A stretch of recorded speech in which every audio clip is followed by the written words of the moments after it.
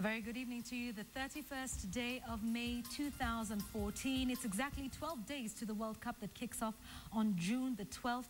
And we will be premiering tonight, Samba Buzz.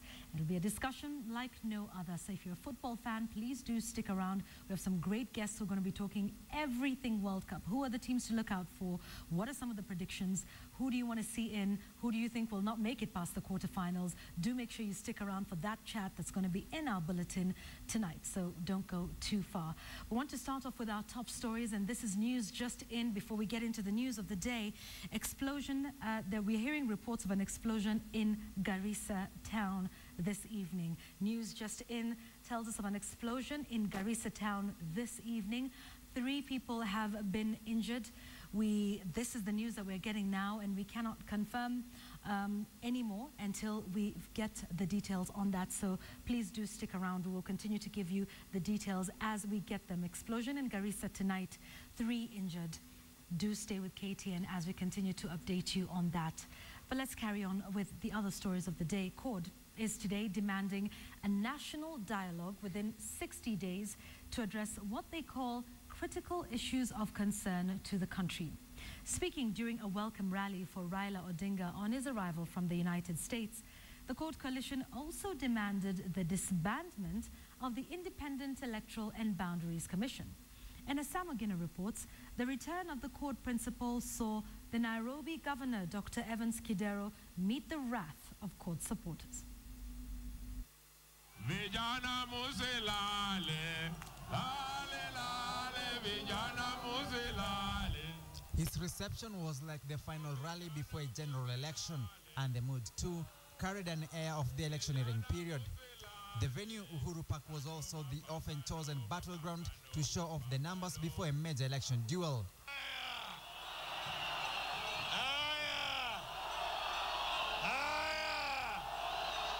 Raila Odinga supporters jam-packed the historic grounds to usher the man from a 3-month absentia. The CORD principal was in his element, charging against the Jubilee administration for what he says are their failures.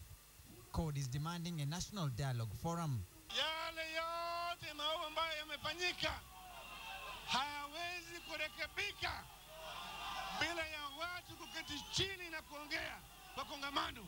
Tunawaalika Jubilee wakuje kwa hiyo, kwa sababu haiwezekani 60% ya nchi wawe nje. We are talking about an all-inclusive government. The CORD principals choosing the historic Saba Saba Day synonymous with the clamor for a constitutional change to hold the national dialogue. In a tough statement, Raila challenged Jubilee to draft rules of engagement for the dialogue meet. Ndani ya siku 60, siku ya Saba Saba, mpaka tuketi chini sisi kama Wakenya na kuanza kuzungumza juu ya shida yetu.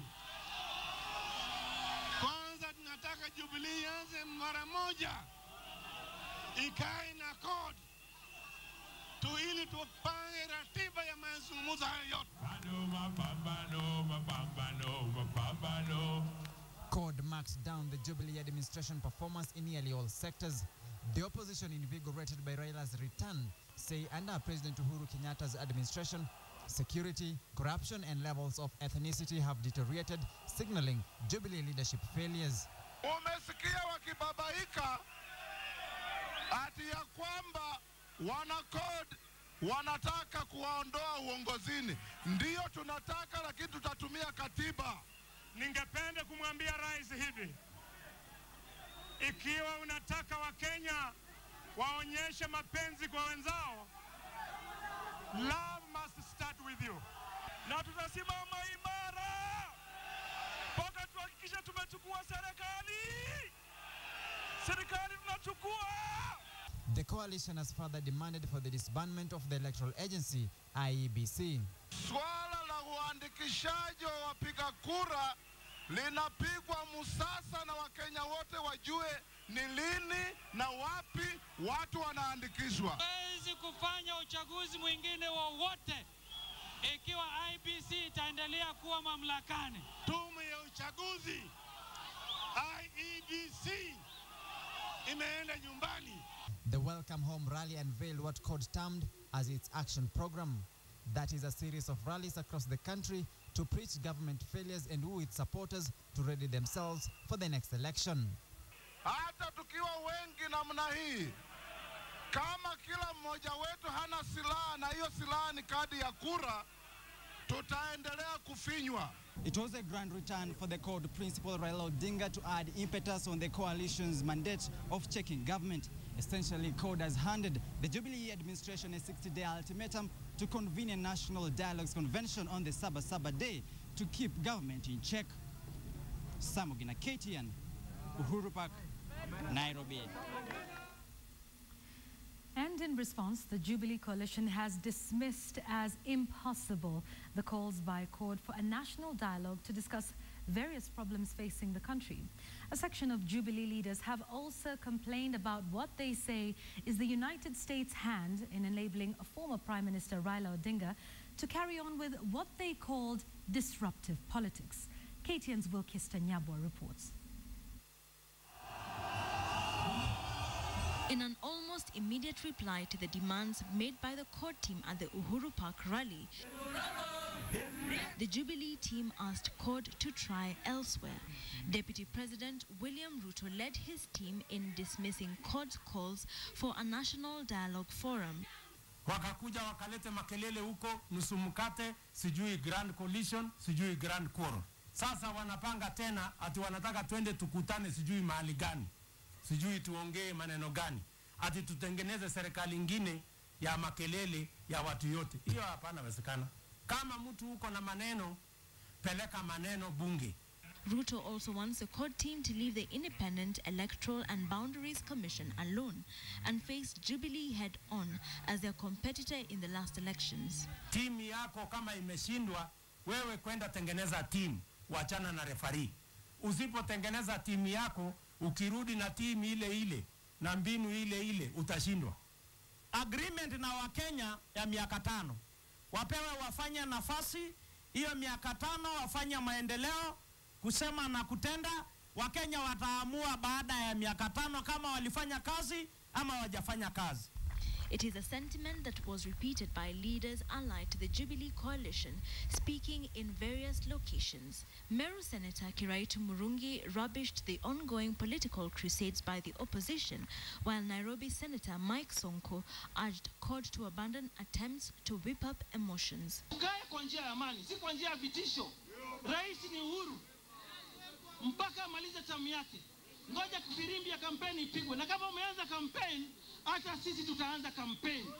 Hiyo siasa ya song and dance will not help Kenya. Let us focus on the development of this country.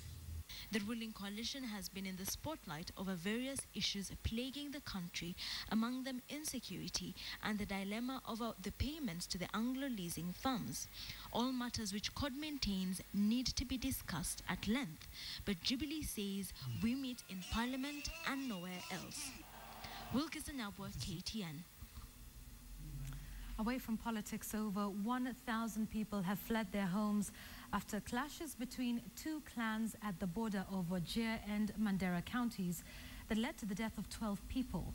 And as KTN's Ian Wafula reports, space and resources are now stretched to the limit in one of the villages where fleeing residents are now camping.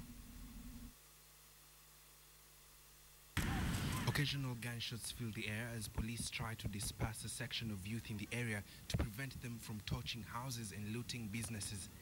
A number of them get arrested. A child is left nursing injury from a stray bullet. The clashes, said to be as a result of a border dispute, has affected hundreds of families from both communities. 1.5 hours out of Wajir is a little town by the name Tarabaj. It is situated a few kilometers from Gunana village, where gunmen stormed and killed the 12. Tarabaj has now become a safe haven for nearly 1,000 people displaced by the fighting, among them mothers and children forced to leave their houses in the middle of the night. Mama Fatuma is too weak and traumatized after she escaped death by a whisker. Her brother was, however, not lucky. He was shot dead. On the other hand, Ilma Mohammed is a mother of 6, and now she will also have to take care of 4 of her brother's children and her mother-in-law.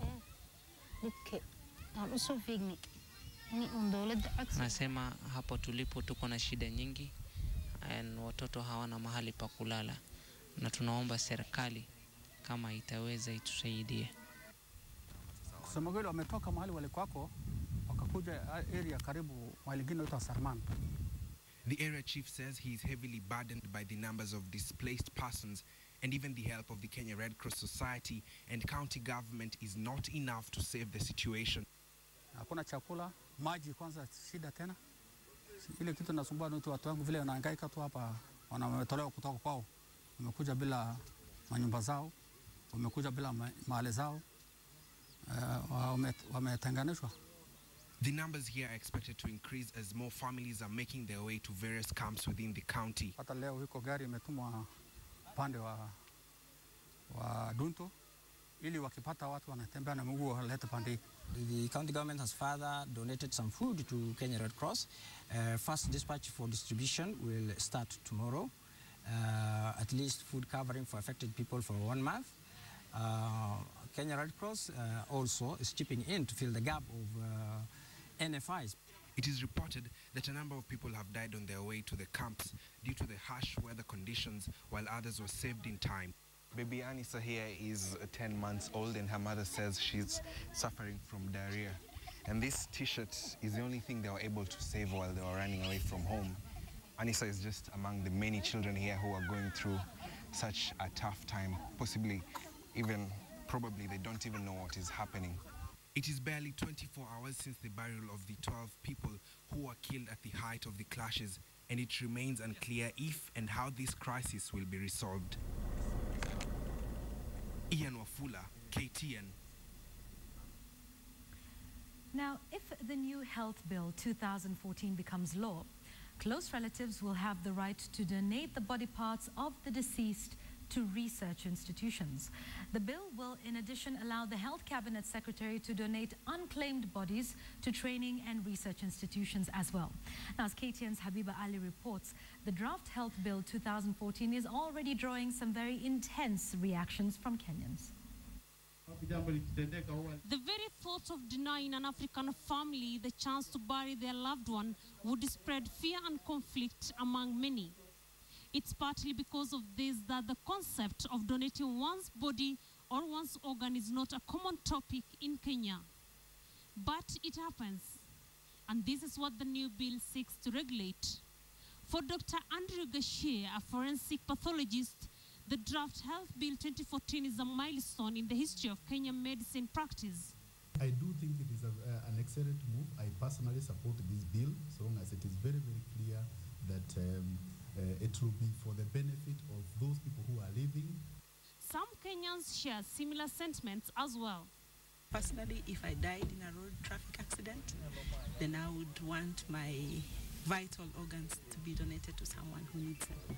I would actually be prepared to donate whatever organs would be useful to someone else when I die.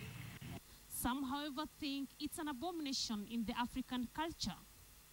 According to the culture, even circumcision in no land, I don't know if it is not supported, because it is like you are throwing some parts of your body to the dogs or to the bush. I don't think it's our culture to give out our organs, and for me, but in particular, I would like to be buried as a whole.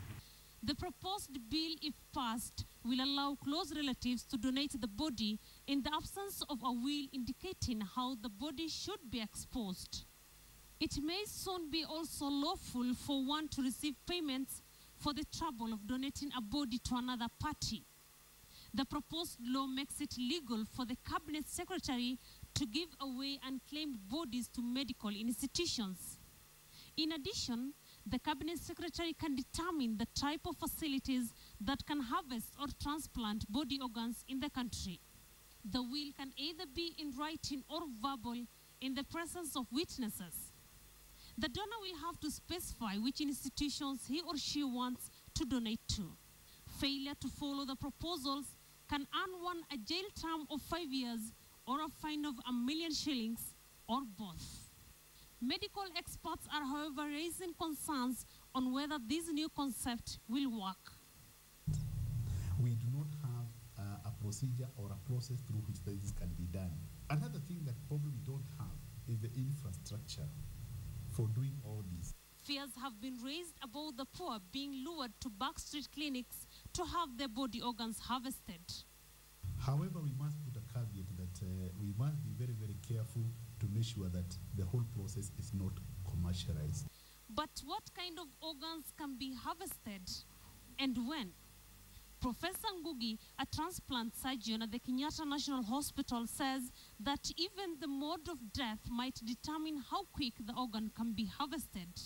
Many of people who die from road traffic accidents, they are normally healthy prior to death, and you can easily harvest organs from such people. The draft Health Bill 2014 is expected to be ready by the end of the year. If the new proposed Health Bill 2014 is passed into a law, Kenya will become the second country after South Africa to embrace harvesting of body parts and organs from dead bodies. Habiba Ali, KTN. That proposed legislation will definitely cause some debate in the days and weeks to come. Let's take you to Kakamega County now. More than 8 decades ago, British gold explorers settled in the gold-rich county of Kakamega, setting base at the Rosterman.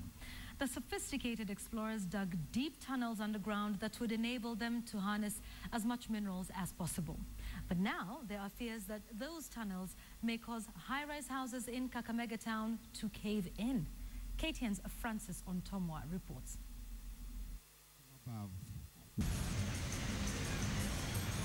One of Western's most important economic hubs. In the 1930s, the British occupied this particular area for gold exploration. This is Rosterman Gold Mines, a strategic location where excavation commenced and has continued till now. The British miners discovered underground rifts that provided high gold prospects, and to reach the minerals, they dug deep tunnels underground. At the Rosterman Rehabilitation Center, these tunnels served the epicenter for operations. Behind me are the structures that were left behind by British gold miners several decades ago. Geologists say these tunnels have found their way into Kakamega town, posing great dangers. For these many years, and the department and the ministry, we hope to do some thorough study to establish where the tunnels are, map them on the ground so that we can now advise on where buildings should not go so high, and other grants could be used as usual. Yeah, we need serious and thorough investigation, chemical tests to be done there, mapping of all the tunnels, because we know that nature changes daily. Timothy Mukoshe is a gold miner who has been in the trade for decades now, and he has insights into the tunnels. From the information gathered, unapata the audits they do surround the whole Kakamega town, kwa sababu unachimba dhahabu ukifata reef ambayo iko very rich in gold. Sasa ile reef kulingana na historia iko all over Kakamega town. Sasa Kakamega town inasimama kwa audits.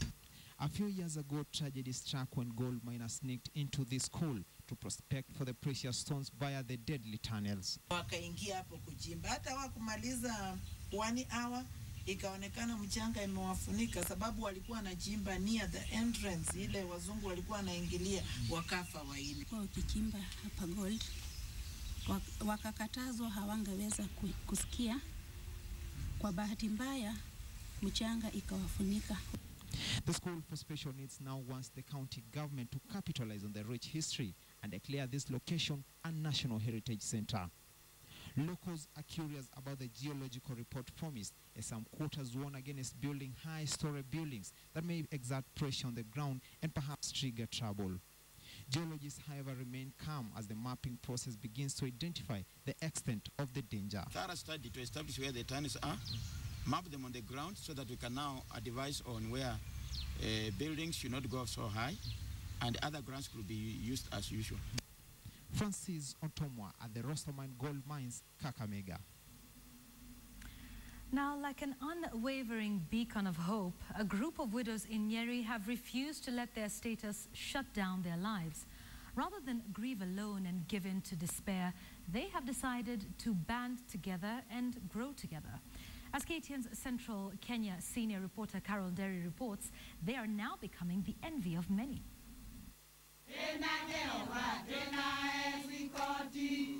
Nuptial ties are supposed to be a lifelong commitment, and one hopes to live in bliss ever after. But sometimes, as they say, life happens. The very thought that a spouse could die is inconceivable to many, yet this is a sad reality of life. It is a situation in which these widows in Muiga found themselves when they lost their husbands. They shared with us that at no point did they imagine they would travel down the journey of life alone without their loved ones. Mume wangu aliaga dunia 1998 June. It is out of this need to share their sorrow and pain and commune with others going through a similar situation that this support group of about 80 widows was born. They often meet at this homestead to encourage each other. They also engage in joint income-generating projects such as chicken rearing and greenhouse farming. The idea was conceived through Jane Wanjiku, who lives in the United States of America but comes to Kenya twice a year. Wanjiku grew up in Muiga, Nyeri, and having lost her father at a tender age, she watched her mother, a widow, bring up 9 children with great difficulty. I was born in a family of 11, and my mom became a widow when I was in high school. And I realized that when I came back here, we needed to help the widows through the experience I saw mom go through. With support from friends in America, Wanjiku has made it possible for the widows to ease their financial burdens, which increase significantly once the breadwinner of the family passes on. Joan Shaking lost her husband to cancer in America and has since then joined Wanjiku in reaching out to other widows. And I became a widow 2 years ago, May 22nd, 2012. And my husband was a police officer, 30-year police officer, and he passed away. And he had cancer. And it went into remission, but he died from a pulmonary bleed. And so it threw me into great distress because I thought he had was going to make it through the cancer, but unfortunately it was such a shock for me. I go sell the vision to people, actually locally and also international. And since I'm also a pastor, I go to conferences, and anytime I meet people, I encourage them also to help us. $20 there, $10 there. Tackling taboo topics finds its way in the conversations here, especially given that in African culture, when a man loses his wife, no one raises an eyebrow when he decides to remarry. But that cannot be said of a woman if and when she decides to get married again. Yet Wanjiku says the ladies here do get lonely too. I've been telling them, if they meet somebody who accepts them and accepts their children, it's okay to marry. It's not a sin. And I know the society kinds of condemn, especially even the close relatives. It's like you become something different. Kiolewa tena na nilikuwa na tabu hata wakati nilikuwa na bwana, na niolewe tena niwe na bwana wakati mwingine, na wakati nilikuwa na bwana nilikuwa na matabu. Sikuwa nataka bwana mwingine. This group says having this idea replicated in many other places around the country would lessen the pain of many families. Carol Derry for KTN in Muiga. Right, we want to take a short commercial break now, but getting a lot of feedback on the story by Habiba Ali regarding the legislation that would allow one to donate their body parts upon their death. Here's some feedback that's coming in on our Twitter feed. Jay Butunyi, you say, no, that's an abomination. It is anti-Christian. Sonny Njoki, you say, sure, why not? Let medicine students learn and help out a few people in the process. Keep your thoughts coming in to these and other stories, including news that came in this evening of the explosion in Garissa. We understand it took place near the NHIF offices in Garissa. It could have come from a grenade that went off. 3 people have been injured. We will continue to update you on these, on the details as we receive them here in our newsroom. Right, let's now take a short commercial break. We'll be back with more news. The teams and the tactics.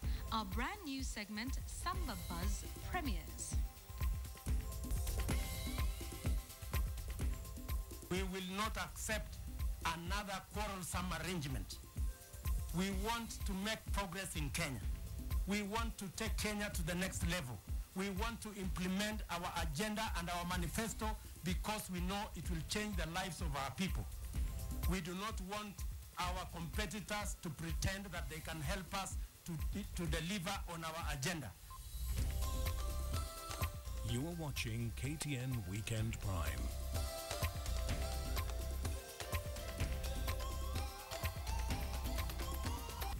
Welcome back. Now, South Sudan's former Vice President Riek Machar has ruled out any power sharing with Salva Kiir and insists Salva Kiir violated the constitution by allowing corruption and tribalism to bedevil the country. Riek Machar spoke in Nairobi just a day after assuring President Uhuru Kenyatta that he would do everything in his power to adhere to the terms of the Addis Ababa agreement with Salva Kiir. Although South Sudan's hopes for a return to peace are pegged largely on the outcome of the mediation talks in Ethiopia, South Sudan's former vice president appears set on what he wants and what he does not want from the talks. So would Salva Kiir's biggest rival agree to power sharing? It depends on under what system. Under the current system? No, I wouldn't be a participant. But under a restructured South Sudan, after a peace agreement and an interim government is formed, then there would be a reason for why we would be in government. Even with the number of those dead in the conflict that broke out in December 2013 exceeding 20,000, the two rivaling parties that agreed to a cessation of hostilities continue with the blame game, with Machar standing his ground that Salva Kiir let his country down. We had been engaged in serious debates. I had raised issues on corruption, which was happening, being rampant in the government, insecurity, which was also engulfing the country, and tribalism, which was being institutionalized in the government, and lack of development. And the fifth issue was our relations were deteriorating very fast with some of our neighbors and even the international community that helped us get independent. And we also had problems within the SPLM as a party. Our own members were saying the SPLM has lost vision. Almost 1 million people have fled South Sudan to neighboring countries. But how does this make him feel? Despite the fact that I am the victim, President Salva Kiir said I made a coup. When the reverse is true, he made a coup against his comrades, arrested some, and I flee. I was on the run. And while I was on the run, he administered a genocide. Riek Machar is expected to head to Sudan, Khartoum next, where he will meet with Omar al-Bashir in efforts to see peace and stability return to South Sudan. Joy Doreen Bira, KTN Weekend Prime.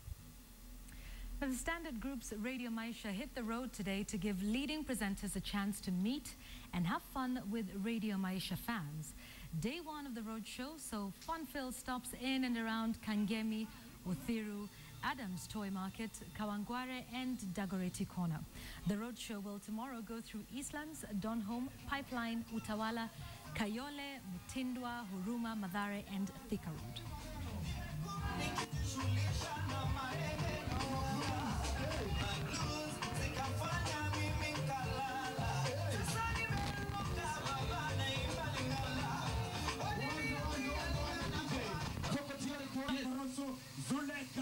Wote ndani ya Radio Maisha ndio mambo sambamba kabisa.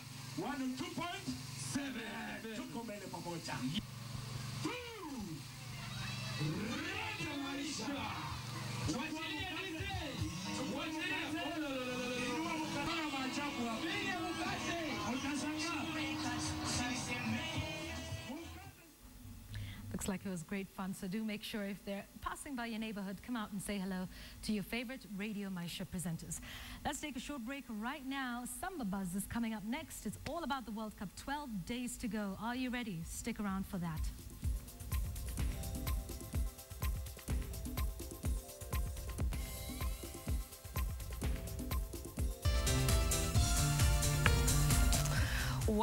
Well, it's just a few days to the kickoff of the 2014 FIFA World Cup in Brazil, and I've had quite a few people saying that the World Cup FIFA hasn't quite checked in. But don't worry, if you're among those people, you're well taken care of here at KTN. So welcome to Samba Buzz, a program that will come to you every Saturday, where we will definitely preview and review the big World Cup matches, as well as look at the players who will be making it happen. In studio today, we have quite a diversified panel, and it will be led by KTN Sports editor Joshua Kemboi. I think I will leave you to introduce your panel. Thank you, Lynn. And just to start, as we all know, the 2014 FIFA World Cup kicks off on June 12th. That's exactly 12 days from today. In this new segment of Samba Buzz, we will be looking into the 32 teams while zeroing in on the 5 African teams. And with me in the studio to put into perspective, look at the 32 teams and come back to Africa and look into the 5 teams, whether they will do what they did in South Africa 2010 or they will better those results.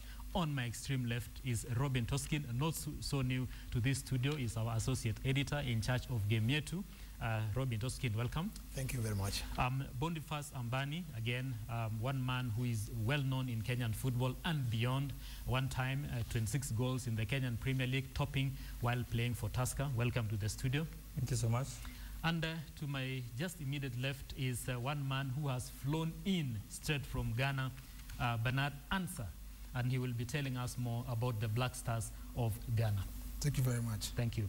Well, to get into this Samba Buzz, Sue said, well, to get us now into this deep end, we have to get into the stage to exactly understand what is happening before or during the World Cup in Brazil 2014. And gentlemen, just to pick up from the last statement of that setting the stage, Spain, is it the team to beat? Toskin. Yeah, I think they are going there with a reputation. They are the world champions. We saw them reach the finals of the Confederations Cup that was organized in Brazil, though losing 2-0 to the Brazilians, the hosts. But I think they still have a good squad. Real Madrid winning the European Champions League. Barcelona not really performing very well at home. But then we saw a team like Sevilla, you know, the Benfica of Portugal in the Europa Cup. So you get a feeling that this is a team that still has the players, you know, to take them that far. So I think you cannot begin to write them off, even if Barcelona and their tiki-taka have gone down, because they have been the standard gauge. Exactly. Ambani, do you agree with that? Is it predictable or not predictable to say probably even Brazil being the host team, knowing what happened in South Africa in 2010, will they be the favorites, and Spain for this matter? Yeah, on my side, I should say that maybe, yeah, according to the form they had in the last World Cup in South, and given that they're defending champions, I can give them an edge on all the teams. But to me, Brazil, I don't think they'll let that thing go off. Exactly. Answer. Earlier when we were talking, you were very categorical that it is difficult to predict who wins in Brazil. You still hold that view? Of course, sure. Because most of the teams coming in are going to prove surprises. You wouldn't say Spain, Brazil, Argentina are going to lift the trophy. At the end of the day, let's keep our fingers crossed and watch who will be coming in. It's going to be full of surprises. Surprises are going to come in the World Cup. We wouldn't be able to sing it out in any country. Exactly. Sure. Surprises in the entire 32 teams. But let's now come back slightly to the African teams, sure. 5 of them. And I would really want to ask you this, because you remember the pain that Africa went through, especially at that quarter-final match, Ghana losing to Uruguay at that time. Do we still have hope in Ghana again this time, knowing that, of course, the 5 teams which were in South Africa at that time are or will be in Brazil again this time? Where will you put your money in Ghana? Sure. I think this time the Ghanaians have just matured enough I'm taking part in 2 World Cup appearances. Going in for the 3rd time, they really learned their lessons. Now looking at the kind of players that we are parading for the World Cup, those players are willing to die for the country. And this time they are going in all out. So we should expect something big from the country. Exactly. And then individual players. Ambani, Cameroon, Algeria, for instance. We saw what happened again in South Africa. We are using South Africa as the benchmark, how they performed at that time, going out in the group stages. Of course, leaving out Ghana to fight for Africa to the quarterfinals. Where will they be this time? Cameroon. Cameroon, if you see whatever is happening in their score right now, yeah, in their camp right now, there are still wrangles, yeah? They still have wrangles about the allowances here and there. So these are some of the things that disrupt the team, yeah? So to me, I don't think if at all they will be able to perform. But with Algeria, according to the pool that they're in, they can pull a surprise. Exactly. Yeah. Nigeria, for a very long time, Nigeria has been or regarded as the biggest brother in African football. Sure. Toskin, will they be in Brazil with the same tag, or they will be going in the shadows of their fellow West Africans, Ghana? I think Stephen Keshi is taking a very young squad to that World Cup. And given their reputation as the African champions, there will be pressure on them to perform on that bigger stage and prove to the world that really they are the African champions and they can compete against the world's best. But then I think they really need to fine-tune themselves between now and then before the start of the World Cup, because watching that second string side play against Scotland in that 2-2 draw, you could still see that they have some ground to cover. But if they can put behind all those questions, people are still starting to question, they have been questioning Keshi as to how he named his squad and excluding one of their top strikers, Ikechukwu Uche, who plays for Villarreal. If they can just sit back and then allow Keshi to do his work, I think Nigeria can shock a few nations here and there. Answer Ivory Coast, we are looking at the African team of the moment. If their ranking in Africa and in FIFA rankings is anything to go by, would you put Ghana, Nigeria, and the other 2 teams, Algeria and Cameroon, in view of Ivory Coast?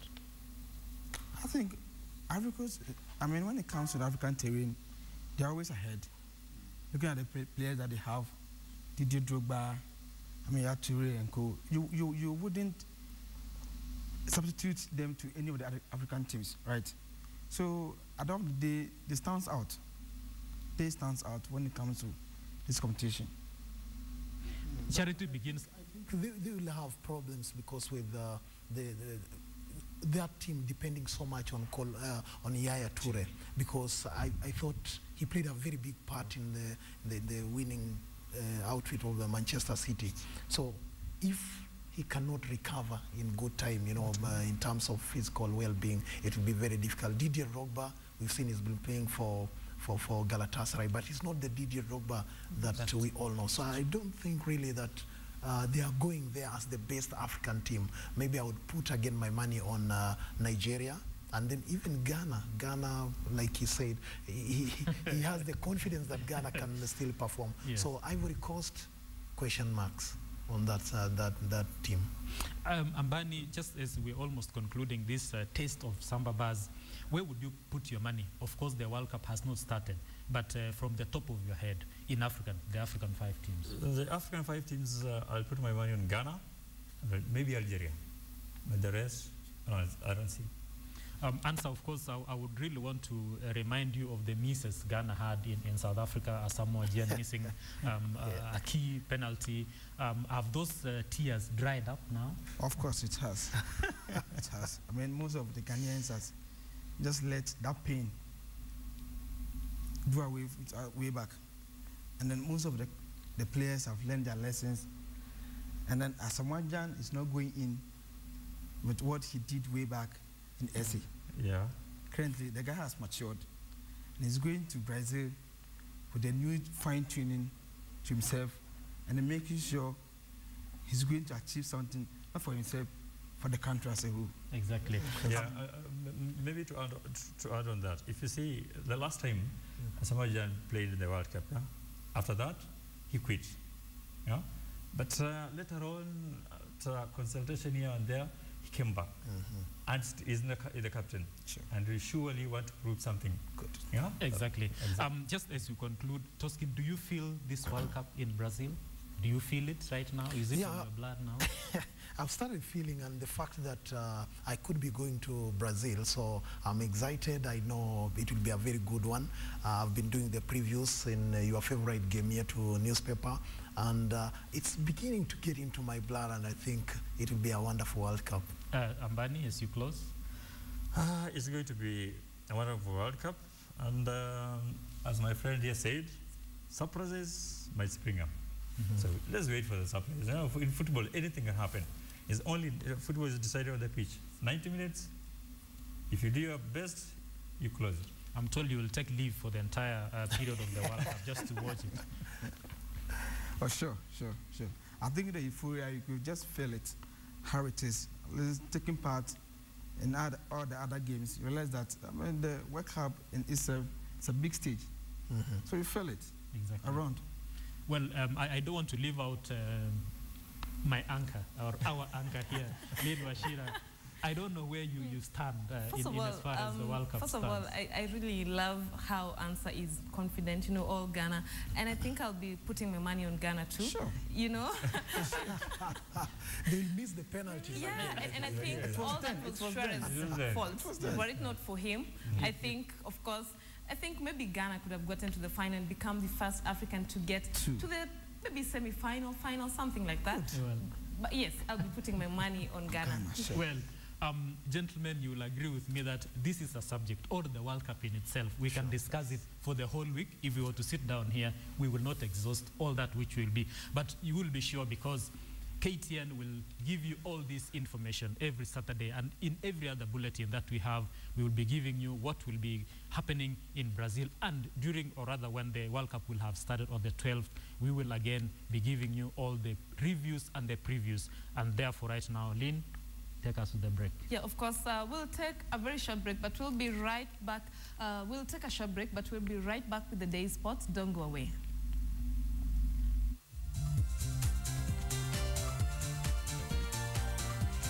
But in Nakuru town, it was time to put the best foot forward as fans of Radio Maisha enjoyed the Rumba Night event last night at America Hotel.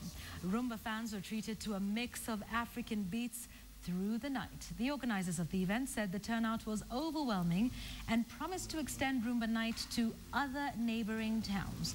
The event was organized by Radio Maisha in conjunction with Smithsonian Kenya Mambo Poa talent show.